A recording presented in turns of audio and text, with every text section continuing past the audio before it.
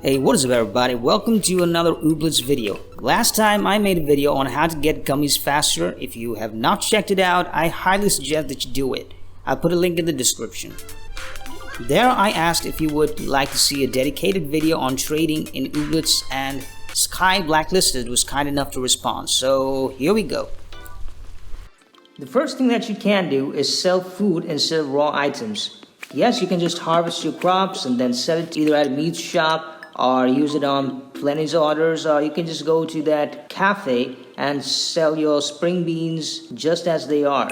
Or else, what you can do is just cook something out of the items that you've harvested and then sell that food. It doesn't really cost you. That way you'll be earning a lot more, because not only does the cost of your seeds get covered, you earn much more than what you would have earned had you sold them separately. The next thing that you need to think about is fishing for speedy grows. Now, you need to understand here that time is money. Everywhere, time is money. Everybody says that.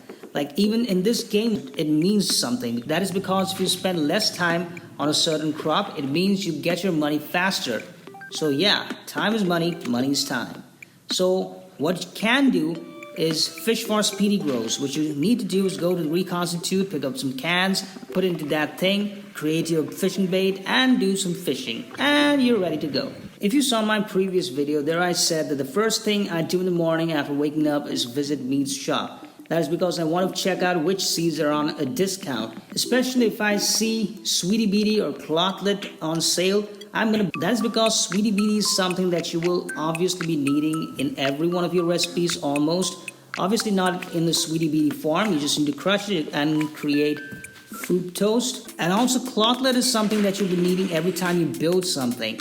So yeah, you can get Clotlet outside also, but they're just way too rare, and it's much better to just grow them in your farm and then have a good amount of stock of that thing, because you're going to be needing it every now and then. The same applies for more common seeds as well, like the musk seed, and because you need musk flour for a lot of things. And I would say that anything that doesn't cost too much, you should just buy them until they're out of stock, because there might be a time when you need that, but they will be priced a bit higher, and you know you could have just gotten them for a much cheaper price had you invested during the right time. Also, if you feel that you have too much of Sweetie Beatie or Clotlet, you can just sell them at Plenty's. So that's not an issue. The next thing that we need to think about is automating your farm. Yeah, when you're just starting out, you don't have the gummies to buy too many seeds to work all day in the field. Whatever it is, you won't be needing it. But once your field starts growing, like you want to plant more and more seeds, you will see that if you try to spend too much time on the farm, you have nothing else to do. Like, you don't have any more energy or time, maybe mostly energy, to do anything else in the game. That's why you need to automate your farm as fast as possible. For that, you need to craft good sprinklers. Tinsel will give you one sprinkler at a certain part of the game, but if you want more, you can always craft them. I won't say you absolutely have to craft the good sprinklers, but what I would suggest is to have oop coops and upgrade them to at least level 2, because at level 1 they just, pick up the planklets and nurnies and break stocks and wheat. But once you get the oop coop to at about level 2, they water the plants for you. So that is a big thing. And if you upgrade up to level 3, there is an added bonus where they harvest the crops for you as well. So yeah, it is a good idea to, get the oop coops, get as many oop coops as possible. Also, at least was the case before the last release, or while making the game, that is. What happened was, if you had too many ooblets and all of a sudden and didn't have as many oop coops as required, if you planted an ooblet seed, you could not harvest it, or should I say unpack your ooblet, because you didn't have the space in terms of the number of oop coops you had. Now you have the option to just hand them over to Outgrid, but then you didn't have, and it was always a good idea to have as many oop coops as you want, because that way they have their home, as well as you have someone to take care of your farm, because after a point of time you need to go outside and complete certain tasks. When you first get your floorboards and stuff, it is easy to just lose your mind and placing them wherever you want Or you might be, trying to create separate sections for your farm, like 4 or 5 sections using those floorboards, because you can just make them pretty easily using the planklets in that Binawini or whatever that place is called. But I would suggest to refrain from that, because the thing is, if as long as you have certain plants or you have some crops growing on a certain area, you can go through it. You won't be damaging the crops, and at the same time, there won't be any hindrance.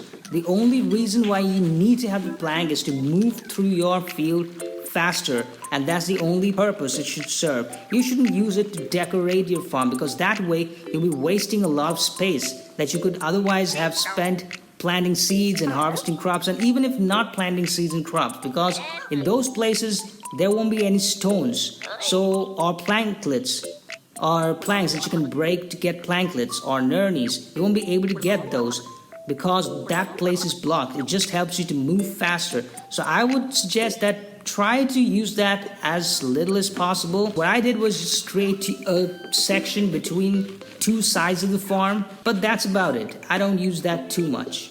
The next thing that you can do later in the game when you have a lot of wishes at your disposal is upgrade to Plenty's Order 2.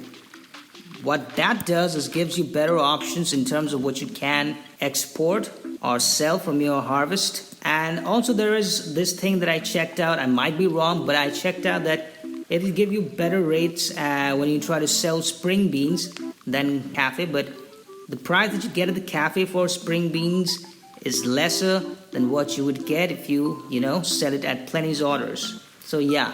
And also you can take 2 orders at a time if you, choose to upgrade Plenty's Orders. The next thing we need to talk about is upgrading Mead's shop.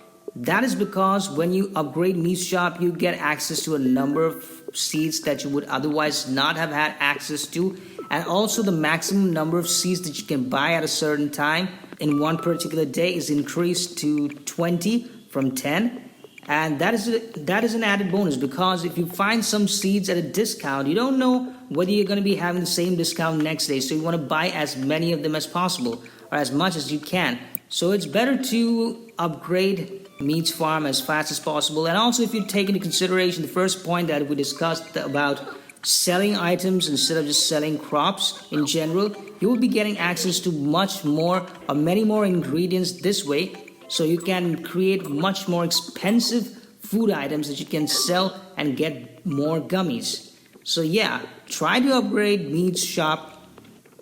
The next thing that I suggest you do is upgrade your farm size.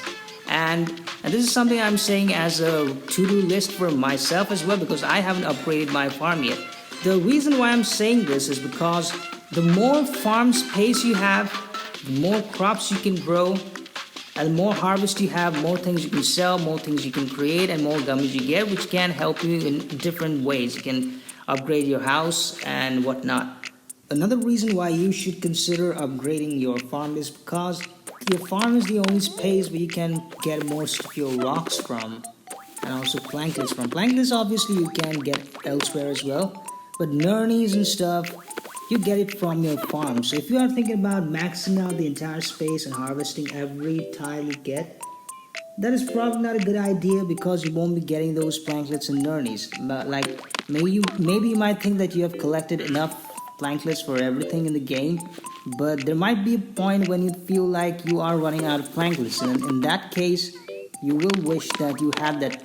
Obviously, if you want, you can just let your farm go back to that wilderness state where you get stones and planklets, but I would suggest that keep some space reserved for planklets and stones and nurnies and all those, and keep most of the space reserved for planting seeds and harvesting crops.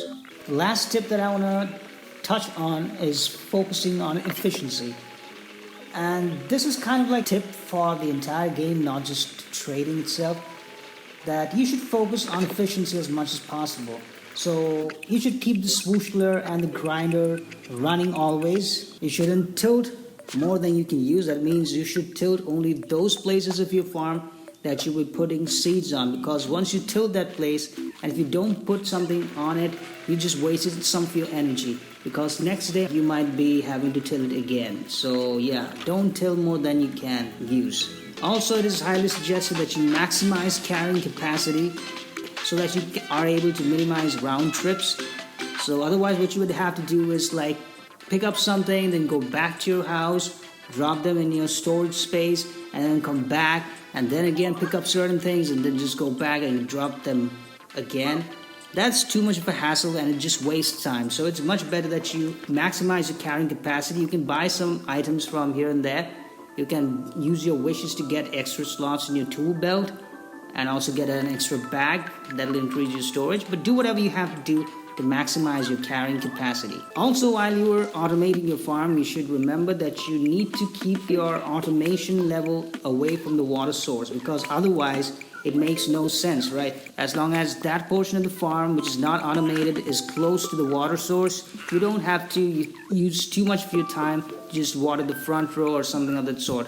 If you do the opposite, like you have kept the unautomated portion of your farm to the back of the farm and the automated portion to the front, because you'll be wasting a lot of time just traveling to and fro, taking water back and then going back to that place, emptying the water can, then coming back for water again, and then it's just too much work.